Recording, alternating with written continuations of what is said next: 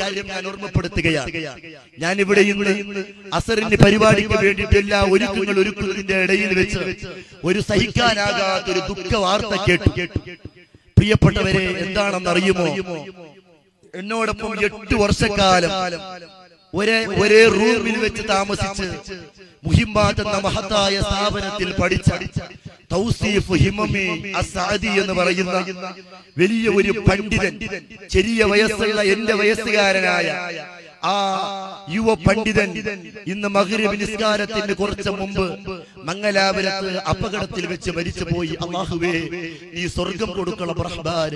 അവിടുത്തെ 2 പിഞ്ചോമല കുഞ്ഞു മക്കളെ വിട്ടുപോവുകയാണ്. പ്രിയപ്പെട്ടവരെ, മരണം വല്ലാതാവുകയാണ്. ഞാൻ ഓർക്കുന്നു, കഴിഞ്ഞ 10 ദിവസം മുമ്പ് ആ ഹിമമി എന്നെ വിളിച്ചു പറഞ്ഞു, മുസ്തഫ, എനിക്ക് രണ്ടാമതൊരു കുഞ്ഞായിട്ടുണ്ട്. ആദ്യത്തെ കുഞ്ഞ് പെണ്ണു കുഞ്ഞിയാണ്, രണ്ടാമത്തത് ആണ് കുഞ്ഞിയാണ്. അതിന്റെ പേര് വെക്കുന്ന പരിപാടിക്ക് വരണമെന്ന് വളരെ ആവേശത്തോടെ വിളിക്കുകയാണ്. എന്റെ പ്രിയപ്പെട്ടവരെ, 10 ദിവസം മാത്രമേ ആ കുഞ്ഞിക്കായിട്ടുള്ളൂ. ഇനിയും വയസ്സ് 32 വയസ്സ് മാത്രമുള്ള ആ ചെറുപ്പക്കാരൻ വലിയ പ്രതീക്ഷയോടെയാണ്. എന്റെ പ്രിയപ്പെട്ട യുവാക്കളെ, മരണം ആരെ പിടിക്കുമെന്ന് പറയാൻ പറ്റൂല. പക്ഷേ തൗസീഫ് ഹിമമിയെ കുറിച്ചൊരു കാര്യം ഞാൻ ഓർമ്മപ്പെടുത്തട്ടെ.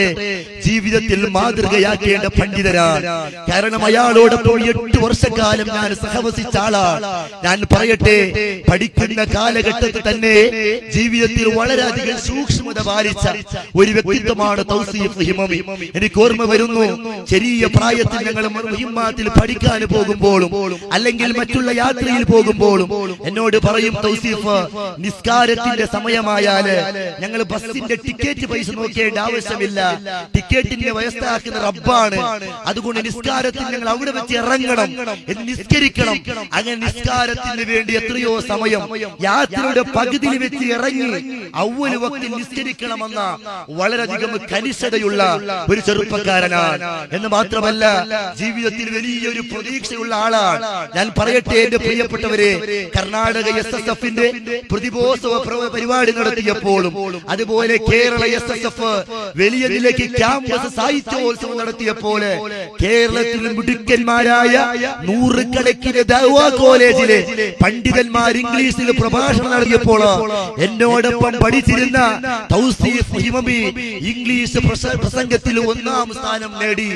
ആ നിലക്ക് വളരെയധികം ഫ്ലൂയൻസിയായി ഇംഗ്ലീഷിൽ പ്രസംഗിക്കാനും അറബിയിൽ പ്രസംഗിക്കാനും എന്ന് മാത്രമല്ല എന്റെ പ്രിയപ്പെട്ടവരെ, മുഹിമ്മാത്തിൽ റാങ്കാണ്.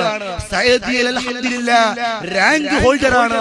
നല്ല കിതാബ് തിരിയുന്ന നല്ല പണ്ഡിതനാണ്.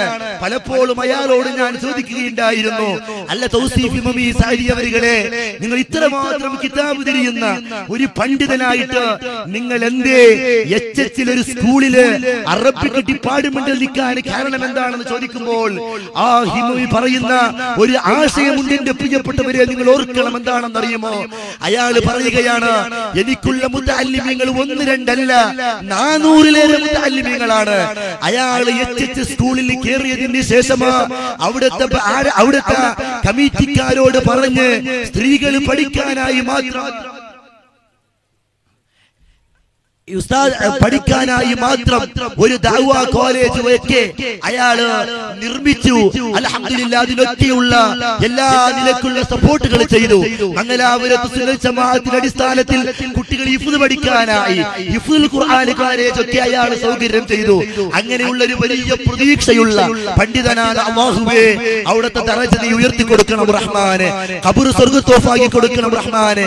അയാൾ വിട്ടുപോയ 2 പിഞ്ചു മക്കൾ, അതുപോലെ വിധവയായ ഭാര്യ, അതുപോലെ വാപ്പ ഉമ്മ, അവിടുത്തെ സഹോദരങ്ങൾക്കൊക്കെയും നീ ക്ഷമ കൊടുക്കണം റഹ്മാനെ, നീ കുടുംബത്തിന്റെ പ്രതിനിധിയാകണം റഹ്മാനെ എന്ന് മാത്രം ഈ സമയം പറഞ്ഞുകൊണ്ട് നിങ്ങളൊക്കെയും ആ ബഹുമാനപ്പെട്ടവർക്ക് വേണ്ടി ദുആരക്കണം, മയ്യിത്ത് നിസ്കരിക്കണമെന്നും ഞാൻ അറിയിക്കുന്നു. അൽഹംദുലില്ലാഹ്, നമ്മുടെ എല്ലാ പണ്ഡിതന്മാരും